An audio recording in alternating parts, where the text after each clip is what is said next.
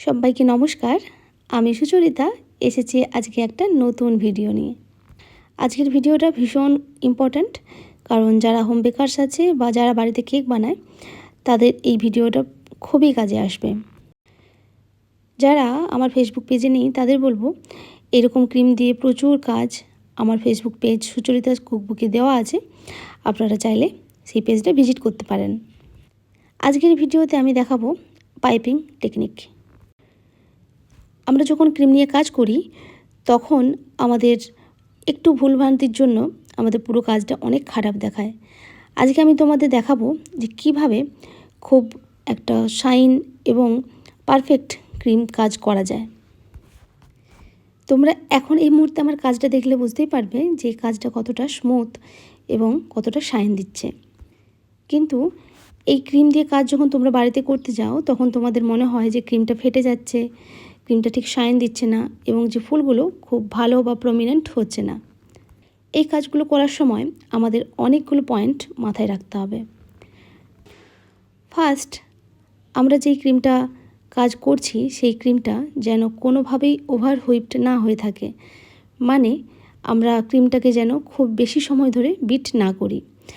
সেই রকম যদি হয়, যদি আমরা ক্রিমটা খুব বেশি সময় ধরে বিট করতে থাকি তাহলে কিন্তু আমাদের এই যে ডিজাইনগুলো সব ফেটে ফেটে যাবে এবং সেগুলো সমস্তই কিন্তু দেখতে খারাপ লাগবে।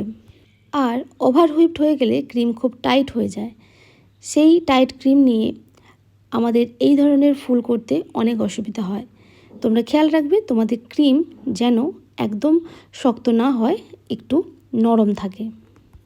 এতদিন যা করে এসেছো, এরপর আমার ভিডিওটা দেখার পর যদি তোমরা আমার মতো চেষ্টা করো ক্রিম তৈরি করতে, তাহলে দেখবে তোমাদের কাজ অনেক স্মুথ হচ্ছে। দ্বিতীয় পয়েন্ট যেটা তোমরা সবসময় খেয়াল রাখবে, যে পাইপিং ব্যাগের ভেতরে যখন ক্রিম তোমরা দিয়ে দেবে সেটাকে অনেকক্ষণ হোল্ড করে রাখবে না। পাইপিং ব্যাগের ভেতরে ক্রিম দেওয়ার সাথে সাথেই তোমরা চেষ্টা করবে সেই কাজটা করে ফেলার। তুমি হয়তো ভাবছো যে আমি এখন ক্রিমটা ভরে রাখলাম, সেটা 2 মিনিট পর করবে, তাহলে কিন্তু ক্রিমটা ফেটে যাবে। সেই কাজ কিন্তু ভালো ফিনিশিং আসবে না। আমাদের অনেক সময় এরকম হয় যে আমরা ফ্রিজের মধ্যে ক্রিম রেখে দিই এবং সেটাকে আমরা পরে বের করে তার এই ডিজাইনগুলো করি। সেক্ষেত্রে অনেকের সমস্যা দেখা দেয় যে তাদের যখন কাজ করতে যায় তাদের ক্রিমটা একদম এই রকম স্মুথ থাকে না।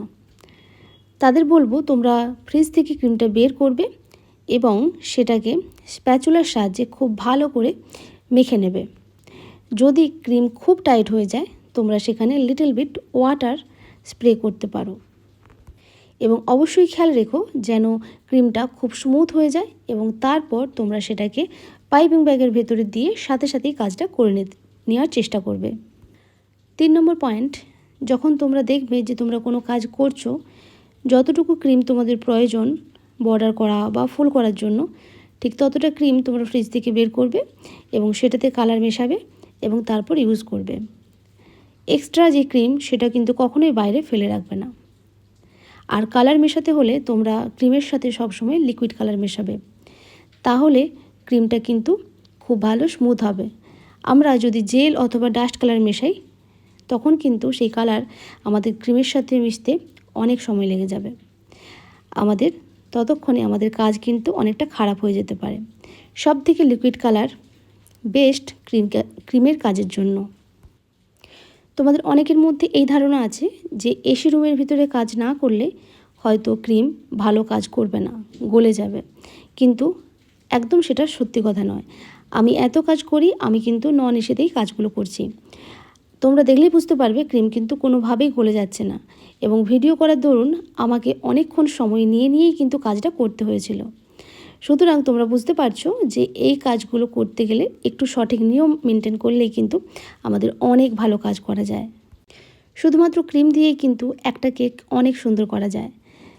তার জন্য আমি অনেক ভিডিও, বিভিন্ন টাইপের ফুল, সমস্ত কিছুই কিন্তু আমার ফেসবুক পেজ সুচরিতাস কুকবুক নামে এবং YouTube channel bake with Sucharita নামে দুটোতে দিয়ে রাখা আছে, আপনারা সেগুলো ভিজিট করতে পারেন।